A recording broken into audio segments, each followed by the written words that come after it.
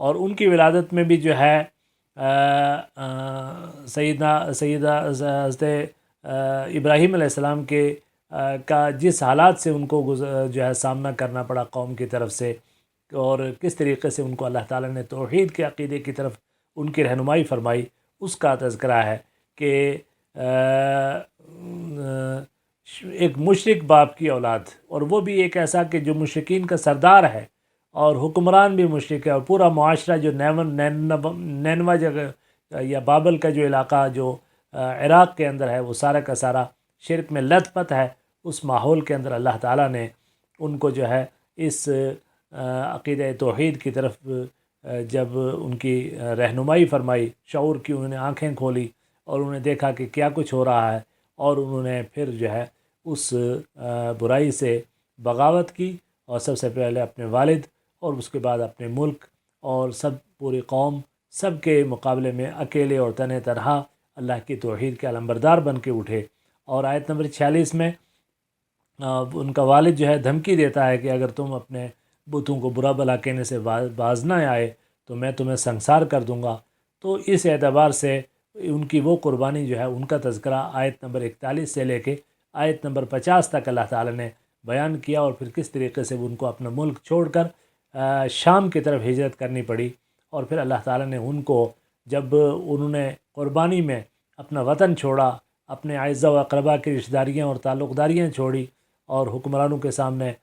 جو ہے ایک طرح سے اس عقیدے کے لیے یہ قربانی کے آگ میں پھینکے جانا بھی جب گوارا کیا، تو اللہ تعالیٰ نے پھر ان کو بطور انعام جو ہے وہ حضرت اسحاق، حضرت یعقوب اور یہ اس طرح کی اولاد جو ہے نا، یعنی حضرت اسماعیل، حضرت اسحاق اور پھر اسحاق کے بیٹے یعقوب، یہ سب کے سب اللہ تعالیٰ نے بطور اعزاز ان کی نبوت کے وارث پیدا کیے۔ اور پھر اس کے بعد جو ہے حضرت ابراہیم کے واقعے کے بعد پھر حضرت مریم، اس سورہ مریم میں حضرت موسیٰ علیہ السلام، حضرت ہارون علیہ السلام، حضرت اسماعیل علیہ السلام، حضرت ادریس علیہ السلام، ان کا تذکرہ آیت نمبر 51 سے لے کر آیت نمبر 58 تک ہے۔ اور پھر اس کے بعد پھر جیسے ہی کسی انسان کو، یعنی کسی طبقے میں، کسی خاندان میں، کسی علاقے میں شیطان کا جا کے انسانوں کو جب اچکتا ہے تو اس کا بھی تذکرہ ہے کہ یہ خیر کی یہ وراثتیں جو تھی، یہ بعد میں ان میں شر بھی پیدا ہوا، اور پھر یہ ہوا کہ کچھ ایسے لوگ ان کے وارث بنے کہ جنہوں نے نمازیں ضائع کی اور خواہشات اور شہوتوں کی بندگی کا راستہ اختیار کیا، تو اللہ تعالیٰ نے جو ہے فرمایا کہ یہ وہ لوگ ہیں کہ ان کو جہنم کے ارد گرد جمع کیا جائے گا۔ اور پھر اس کے بعد پھر یہ بات بطور انعام فرمائی کہ جو مومن ہیں ان کے لیے اللہ تعالیٰ ان کے لیے دنیا میں بھی اور آخرت میں بھی ان کے لیے محبتوں کا سامان کیا پیدا فرمایا، سیجعل لهم الرحمن ودا، اللہ تعالیٰ ان کے لیے محبت پیدا فرمائے گا۔ چنانچہ حدیث سے بھی تائید ہوتی ہے کہ اللہ تعالیٰ جب کسی بندے کو پسند کرتے ہیں تو اپنے اس محبت کی خبر جو ہے اپنے فرشتوں میں دیتے ہیں، اور پھر ان کی محبت دنیا والوں کے دلوں میں عام کر دی جاتی ہے۔ تو اس اعتبار سے اللہ تعالیٰ نے یہاں اس کا تذکرہ کیا۔ اور اس کے بعد پھر جو ہے ان واقعات کے بعد اب جو ہے سورہ طٰہٰ شروع ہوتی ہے، جو مکی صورت ہے۔ اس میں 135 آیات اور 8 رکوع ہیں، اور یہ حضرت عبداللہ ابن عباس اور دوسرے مفسرین کی روایت کے مطابق یہ معاً متصلاً بات جو ہے سورہ مریم کے بعد سورہ طٰہٰ نازل ہوئی ہے، اور چنانچہ ان کے مضامین میں بھی ایک طرح کی یکسانیت پائی جاتی ہے، اور بہت وہ چیزیں کہ جو اس میں اگر اجمال سے ہوئے تو اس میں یہاں تفصیل ہیں، جیسے حضرت موسیٰ علیہ السلام کا جو قصہ سورہ مریم میں بیان ہوا ہے مختصراً، اس کو بہت تفصیل کے ساتھ یہاں پر بیان کیا گیا ہے۔ اور سب سے پہلے اس طٰہٰ کی ابتدا اس بات سے کی ہے کہ اے نبی، ہم نے آپ پر قرآن کو اس لیے ما انزلنا علیک القرآن لتشقی، آپ کے اوپر یہ قرآن اس لیے نازل نہیں کیا کہ آپ مشقت میں پڑھیں۔ اور اصل میں رسول کریم صلی اللہ علیہ وسلم جو ہے قرآن کریم کی تلاوت اور دعوت اس میں بہت زیادہ مشقت اٹھایا کرتے تھے، تو اللہ تعالیٰ نے آپ کو جو ہے اس سلسلے میں بھی آپ کی تائید اور تسلی فرماتے ہوئے فرمایا کہ اللہ تعالیٰ کا ذمہ ہے کہ اس قرآن کو آپ کے دل میں راسخ کرے اور اس کی دعوت کو کے لیے تائید پیدا کرے انسانوں کے دلوں میں۔ چنانچہ جو ہے اس کے بعد اس ذکر کے بعد سیدنا موسیٰ علیہ السلام کا تفصیل کے ساتھ قصہ بیان ہوا ہے، اور بہت سارے جو واقعات ہیں البتہ، اور یہ یہاں سورہ طٰہٰ کی اس صورت کی آیت نمبر 9 سے لے کر 98 تک طویل ترین واقعہ سیدنا موسیٰ علیہ السلام کا یہاں پر بیان ہوا ہے۔ البتہ اگرچہ اس میں زمانی ترتیب کا خیال نہیں رکھا گیا ہے، ابتدا جو ہے ان کی نبوت ملنے کے اور مدین سے واپسی کے اس واقعے سے ذکر کی گئی ہے جب، اور پھر آگے جا کر پھر ان کی پیدائش کے واقعات۔ تو یہ قرآن کریم کے واقعات میں جو تفنن اور مختلف انداز میں اسلوب کو بدل بدل کر، پیرائے اظہار کو بدل بدل کے جو بیان کیا گیا ہے، یہ بھی اللہ تعالیٰ کی مصلحتوں میں سے ہے تاکہ لوگ اس سے اکتائیں نہ، بلکہ ہر پہلو سے اس سے عبرت و نصیحت حاصل کریں۔ ٹھیک ہے، تو اس اعتبار سے جو ہے یہ بہت ساری چیزیں ہیں کہ جو اللہ تعالیٰ نے اس حضرت موسیٰ علیہ السلام کے واقعے میں بیان کی، اور جو عبرتیں اس واقعے سے ہمیں حاصل ہوتی ہیں اس میں جو اہم چیزیں ہیں کہ فرعون کا ظلم اور اس کی جو پکڑ تھی، اس سے اللہ تعالیٰ نے کس طریقے سے ایک نومولود بچے حضرت موسیٰ کی حفاظت کی، اور جبکہ وہ بنی اسرائیلی جو ہے جبکہ جو ہے قبطی جو ہے فرعون کے جو لشکری ہیں، وہ ہر نئے پیدا ہونے والے اسرائیلی بچے کو تلاش کر کے انہیں ختم کرنے کی کوشش کرتے تھے، تو اللہ تعالیٰ نے کیسے ان کو بچایا، پھر کیسے اللہ تعالیٰ نے ان کے لوگوں کے دلوں میں سیدنا موسیٰ علیہ السلام کے بچپن میں ان کے لیے ایک محبت ڈالی کہ جو دیکھے ان کا گرویدہ ہو جائے اور اس کے قتل کا خیال بھی جو ہے آپ کے تعلق سے نہ آئے۔ پھر کس طریقے سے شاہی محل میں ان کے لیے پرورش و پرداخت کا ایک بہترین انتظام ہوتا ہے، پھر کیسے جو ہے عزت اور احترام کے ساتھ ان کی حقیقی والدہ کی طرف لوٹایا جاتا ہے دودھ پلانے کے لیے، اور پھر بعد میں جب آپ سے جوانی کے ابتدائی ایام میں ایک قبطی کا قتل ہو جاتا ہے، تو لیکن آپ کو اللہ تعالیٰ قصاص میں قتل ہونے سے بچا لیتا ہے۔ پھر نبوت سے جب آپ کو مدین سے واپسی پر نبوت سے سرفراز کیا جاتا ہے، اس طریقے سے اس کا تذکرہ ہے۔ پھر اللہ تعالیٰ نے آپ کو ہم کلامی کے شرف سے سرفراز کرنے کے لیے کیسے کوہ طور پر بلایا، اور اس اعزاز کا تذکرہ اللہ تعالیٰ نے کیا ہے۔ اور بہرحال جو ہے اس میں اس واقعے کے آخر میں اللہ تعالیٰ نے ان حکمتوں کا بیان کیا ہے کہ اللہ تعالیٰ ان قرآن کریم کے اندر جو قصے اور واقعے بیان کرتا ہے اس کی حکمتیں کیا ہیں اور اس کی مصلحتیں کیا ہیں۔ اور پھر آخر میں جو ہے آیت نمبر 106 سے آیت نمبر 112 تک قیامت کی ہولناکیوں کا، اور اس قیامت کے جو اس کی جو منظر کشی کی گئی ہے کہ قیامت کے دن کا منظر کتنا سخت ہوگا، اور پھر اس کے بعد ایک آخر بات جو ہے 115 سے لے کر 122 تک اللہ تعالیٰ نے یہ بات بھی فرمائی ہے کہ انسان جو ہے بہرحال وہ ایک نسیان اور خطا و نسیان کا پتلا ہے۔ سیدنا آدم علیہ السلام سے بھی ایک بھول ہوئی تھی، اور کس طریقے سے اس بھول کے نتیجے میں شیطان نے ان کو جنت کے اس عظیم جو ہے مقام سے محروم کرنے کی سازش کی، ان سب کا تذکرہ کیا گیا ہے۔ ٹھیک ہے، پھر اس کے بعد جو ہے وہ لوگ کہ جو اللہ تعالیٰ کے ان عظیم ترین نصیحتوں کے ان ساری چیزوں کو دیکھنے کے بعد بھی اپنے لیے اندھے پن کا انتخاب کرتے ہیں، تو قیامت کے دن اللہ تعالیٰ ان کو اندھا بنا کے اٹھائے گا کہ جو اللہ کے ذکر سے اعراض کرتے ہیں، اللہ اور نصیحت کے ان سارے مواقع کو ضائع کر دیتے ہیں، تو پھر اللہ تعالیٰ قیامت کے دن، چونکہ پھر یہ ہوتا ہے کہ اللہ تعالیٰ پھر الجزاء من جنس العمل، کہ جیسا عمل ہے ویسا ہی اس کا پھر بدلہ بھی ہوتا ہے، چنانچہ اللہ تعالیٰ قیامت کے دن ان کو میدان حشر میں اندھا کر کے اٹھائے گا، اور پھر جو ہے اللہ تعالیٰ نے جو ہے اللہ تعالیٰ آخر میں جو اللہ تعالیٰ نے فرمایا کہ رسول کریم صلی اللہ علیہ وسلم کو یہ حکم دیا گیا ہے کہ آپ ان معاندین کو، یہ جو آپ کے مخالفین ہیں جو آپ کو حق قبول کرنے کے لیے تیار نہیں، ان سے پھر کہہ دیجئے کہ تم بھی منتظر رہو، پھر ہم بھی منتظر ہیں، ان قریب تمہیں پتہ چل جائے گا کہ کون ہیں جو ہے جو سیدھے راستے پر ہیں، اور کون ہیں کہ جن کو اللہ تعالیٰ نے ہدایت دی ہے، اور جنت کا راستہ کس نے اختیار کیا ہے۔ تو یہ چند گویا سورہ کہف کا آخری حصہ، اور اس کے بعد سورہ مریم اور سورہ طٰہٰ، یہ مشمولات تھے اس 16ویں پارے کے کہ جو آج آپ کے سامنے پیش کیا گیا۔ سبحانک اللہم و بحمدک، نشہد ان لا الہ الا انت،